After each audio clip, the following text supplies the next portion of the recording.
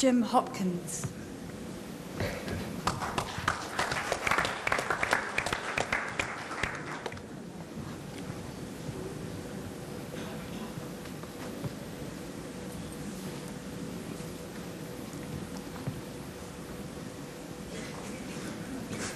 Good evening, ladies and gentlemen, and welcome to this lovely hall.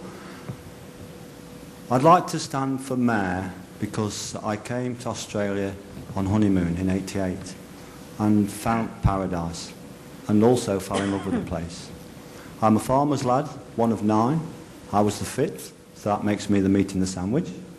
I was an altar boy at the school from 9 till 11, then went on to secondary school.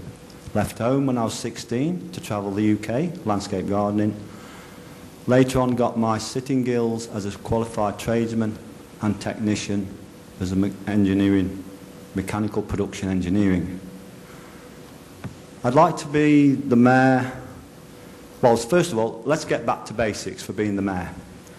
The most important thing I think for the coast at this moment is to go back to the old shires, simply because at the moment we have a conglomerate of bureaucracy. Now we've got to go back to basics to understand where we are. The Constitution was written so that the likes of us could then vote in government. So the pecking order is the Constitution, ourselves, then government. A lot of people seem to think the government's above us, but they're not. They are our servants. And that being the case, we have the constitutional right to have a referendum. And I feel the whole of Queensland should have the referendum.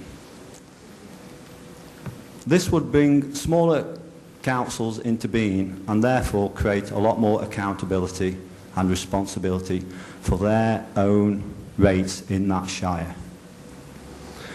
The other reason I'd like to be mayor, it's a common fact, you cannot lead from behind. There is an old saying, the pen is mightier than the sword, providing you know how to wield it. To all concerned, dear Mr. Garrett, I wish to bring to your attention what I sincerely believe to be blatant gross misappropriation of public Crown funds, tantamounted to the theft of public money from the state of the Queensland Treasury by the now misrepresented Queensland MPs, but mainly that of the Queensland Premier and her accomplice, the State Treasurer, resulting in acts that I also believe can only be described as criminal behaviour against the people of the state and our constitutions. Reason being, they have not had the necessary prior approval act for the Queensland Traverston Dam project.